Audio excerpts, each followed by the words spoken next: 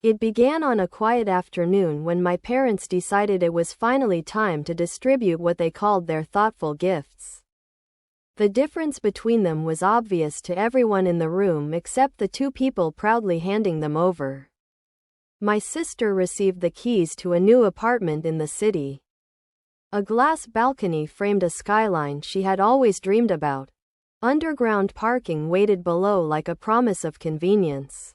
It was the kind of place that already felt finished, as if life there would unfold without effort or delay.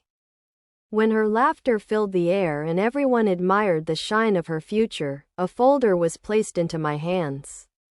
Inside were documents for a house far beyond the comfortable edges of the city. It was the sort of structure that made strangers slow their steps just to wonder how something so tired had managed to remain upright. The siding peeled away in strips like forgotten memories. The roof sagged gently in the center, as though it had grown weary of holding on. Windows were dim with layers of dust that had settled over years without interruption. My mother smiled with calm certainty, as if this outcome reflected perfect fairness.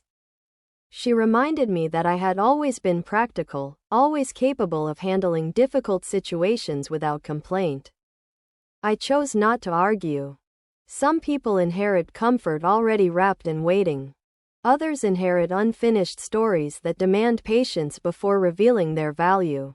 The first time I walked through the house alone, the floorboards cried out with every step.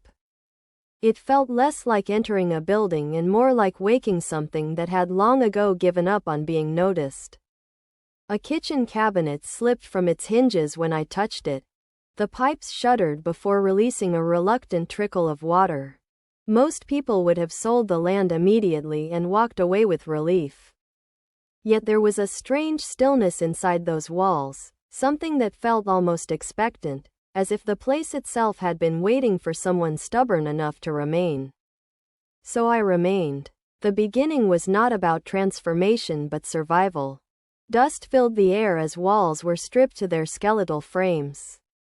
Boards softened by time were replaced one by one, each nail driven with the quiet determination of someone learning through necessity.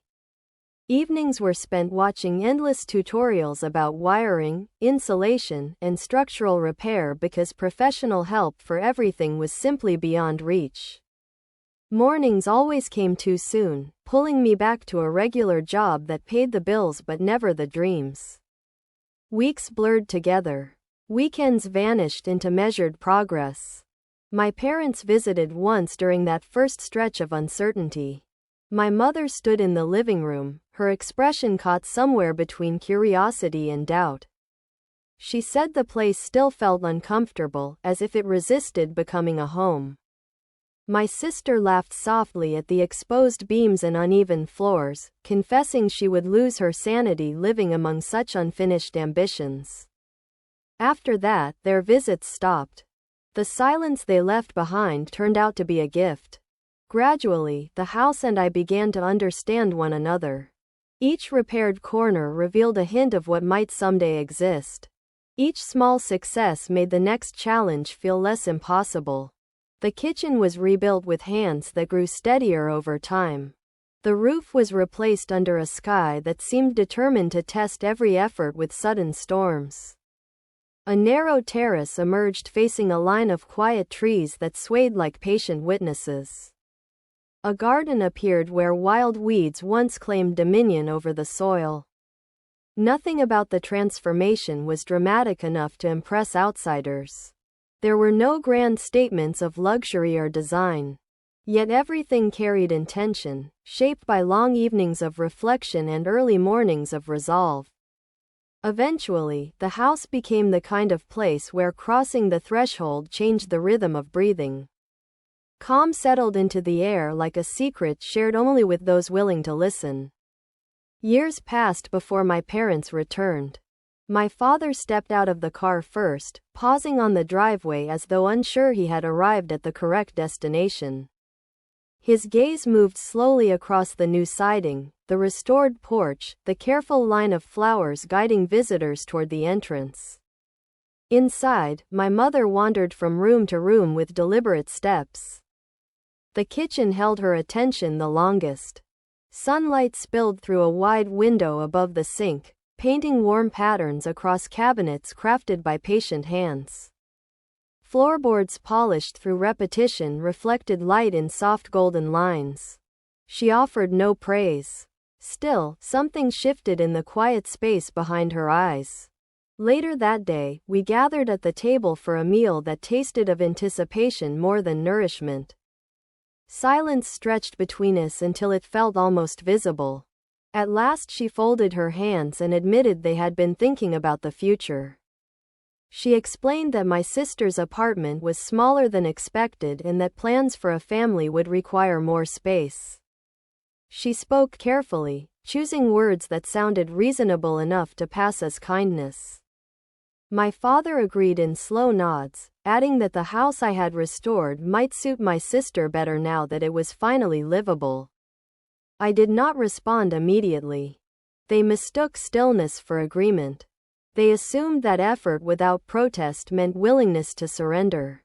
My mother eventually concluded that I would need to move out soon, presenting the idea as though it were a minor inconvenience rather than a complete rewriting of reality. I remember studying the grain of the wooden table beneath my fingertips, recalling how many evenings had been spent sanding its surface smooth.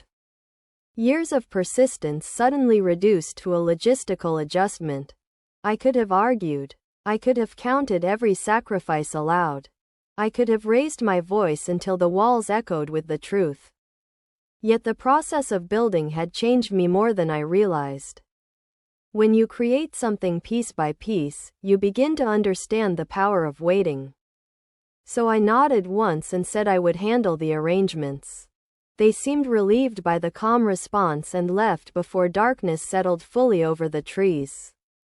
I packed very little. Instead, I reached for the phone and began conversations that had been prepared long before this moment arrived. During the early stages of reconstruction, I had filed detailed permits with municipal authorities. Structural modifications, electrical upgrades, reinforcement of a foundation that once threatened to collapse. The original transfer of ownership had included conditions that faded from my parents' memory but never from official records. Significant improvements altered more than appearance. They reshaped legal definitions. They transformed assumptions into documented facts. Officials arrived to inspect the property. A lawyer reviewed the final stages of paperwork with careful attention. Months of quiet preparation unfolded into visible certainty. My sister drove up that evening with her car filled to the roof with boxes. She stepped out smiling with the confidence of someone convinced that destiny had already been decided in her favor. Then she noticed unfamiliar vehicles waiting on the driveway. Inside, documents covered the kitchen table like evidence of a story she had not been invited to read. Explanations about zoning regulations and ownership rights filled the air with calm authority. She stood frozen in the doorway, watching her expectations dissolve without confrontation. Questions followed, but answers were simple. The property could no longer be reassigned through family preference alone. Any change required a formal transaction recognized by law. My parents arrived soon after, prepared to oversee a move that was no longer possible. They entered a conversation that continued without seeking their approval. No one shouted. No one demanded apologies. The silence that replaced argument carried more weight than anger ever could. Eventually, officials gathered their papers and departed. Evening light filtered through the windows, resting gently on every repaired surface.